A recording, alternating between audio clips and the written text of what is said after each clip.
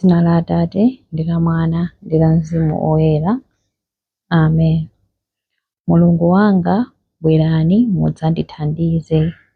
Ulemu ukhale kwa Atate ndi kwa Mwana ndi kwa Mzimu Woyera, monga panali poyamba, tsopano ndi masiku onse, ndi pa nthawi zosatha.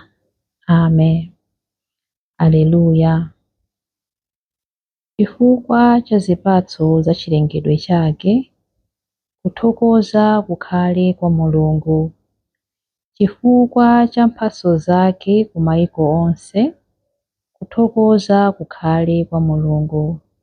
Chifukwa cha kulima, kudzala ndi kukolola, kukula kachetechete pamene tili kugona, zofunikira za mtsogolo polisunga motetezeka dziko lapansi, kuthokoza kukhale kwa Mulungu.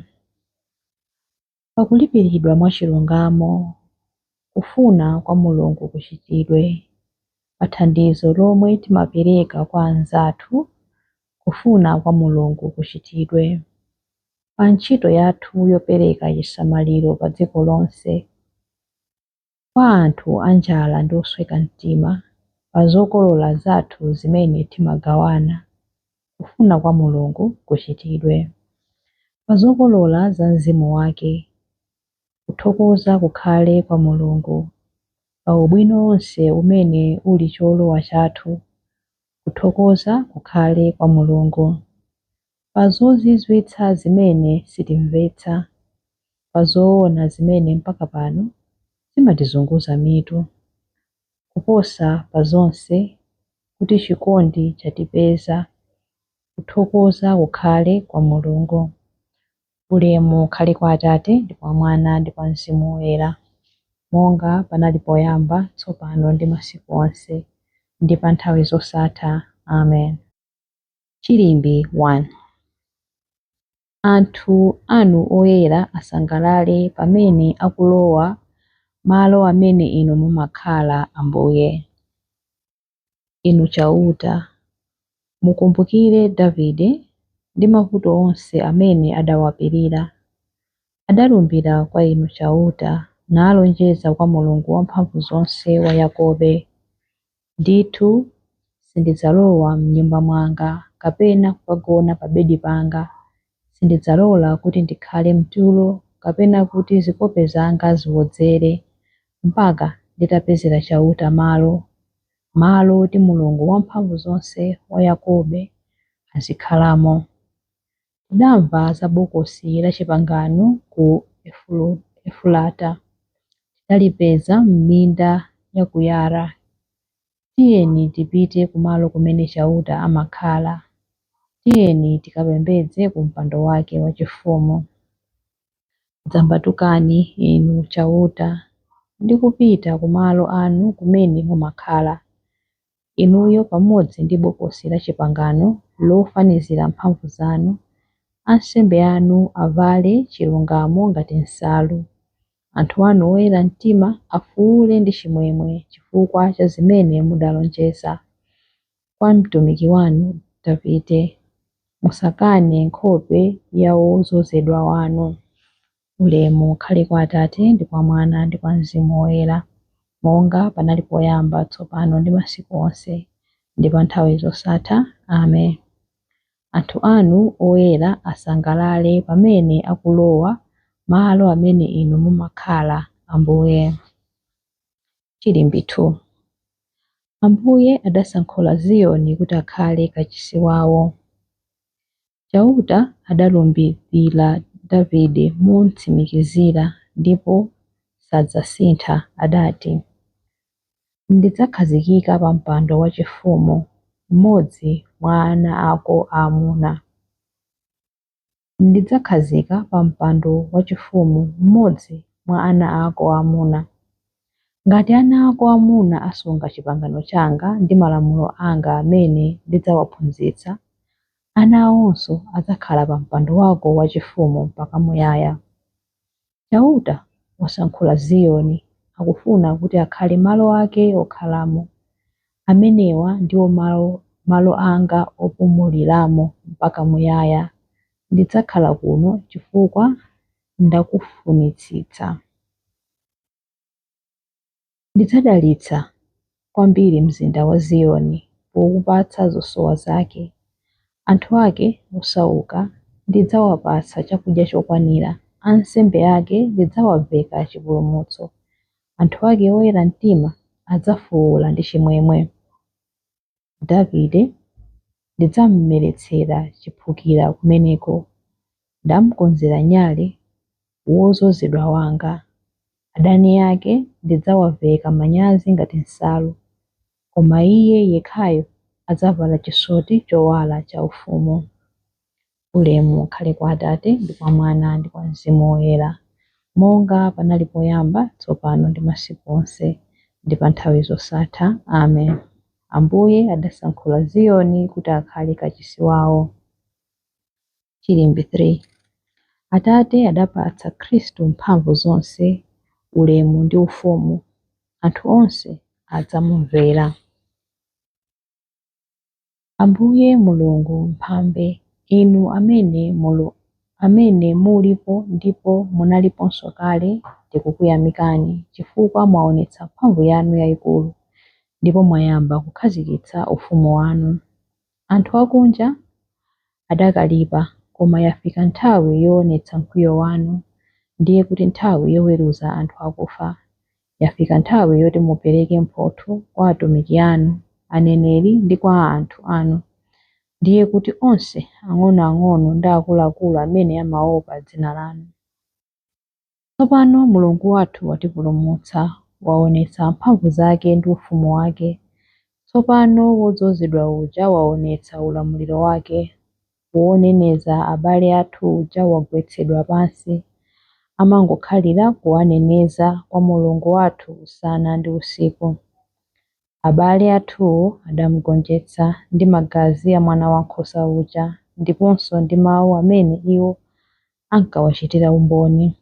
Iwo adadzipereka kotheratu, kotero kuti sadaope ngakhale kufa. Choncho kondwerani inu, dziko lakumwamba ndi onse okhalamo. Ulemu ukhale kwa Atate ndi kwa Mwana ndi kwa Mzimu Woyera, monga panali poyamba, tsopano ndi masiku onse, ndi pa nthawi zosatha. Amen. Atate adapatsa Khristu mphamvu zonse, ulemu ndi ufumu. Anthu onse adzamumvera. Mawu a Mulungu. Mawu akuchokera mu buku la 1 Petro 3:8-9. Nonse mukhale a mtima umodzi ndi womverana chisoni. Muzikondana nawo abale. Mukhale a mtima wachifundo ndi wodzichepetsa.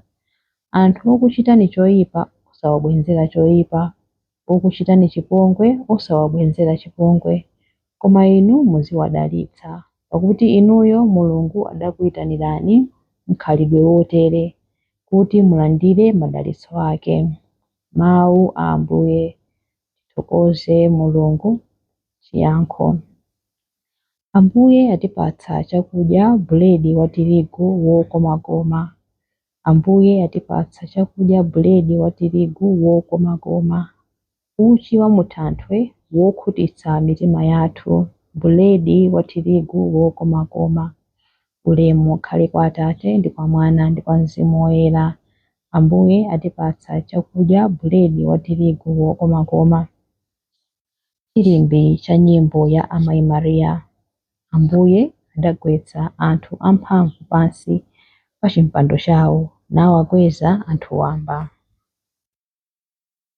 Mtima wanga ukutamanda Ambuye, ndipo mzimu wanga ukukondwera mwa Mulungu mpulumutsi wanga, popeza kuti wayang'ana kutsika kwa mtumiki wake.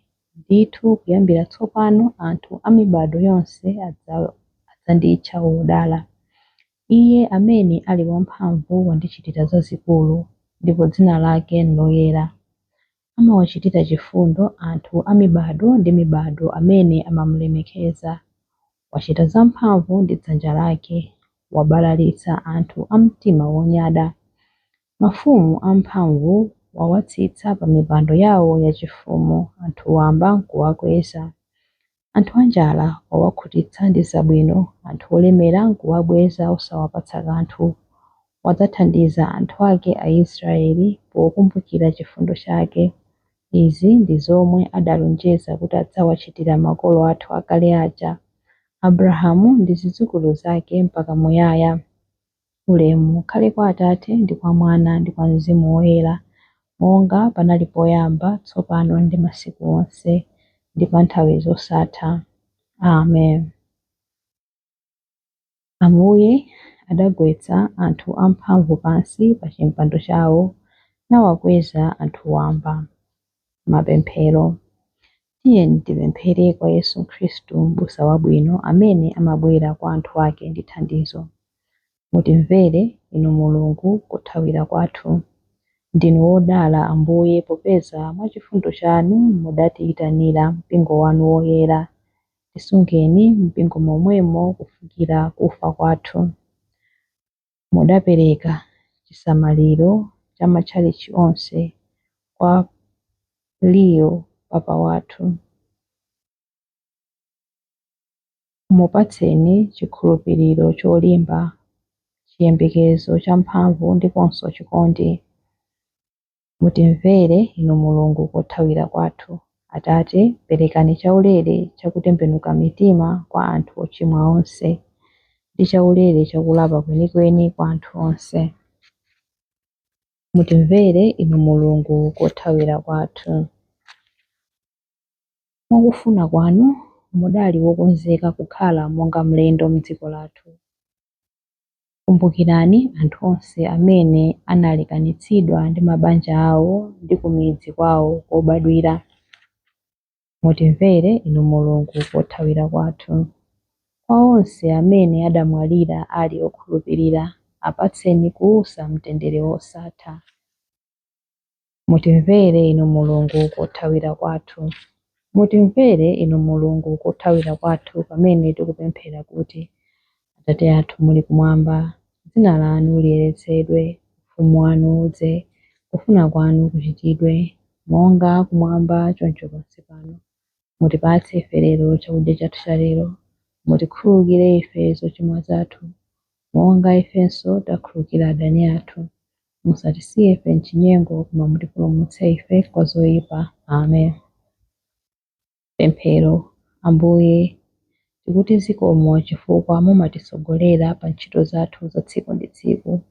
Mwa chifundo chanu mutikhululukire machimo athu amene tawachita.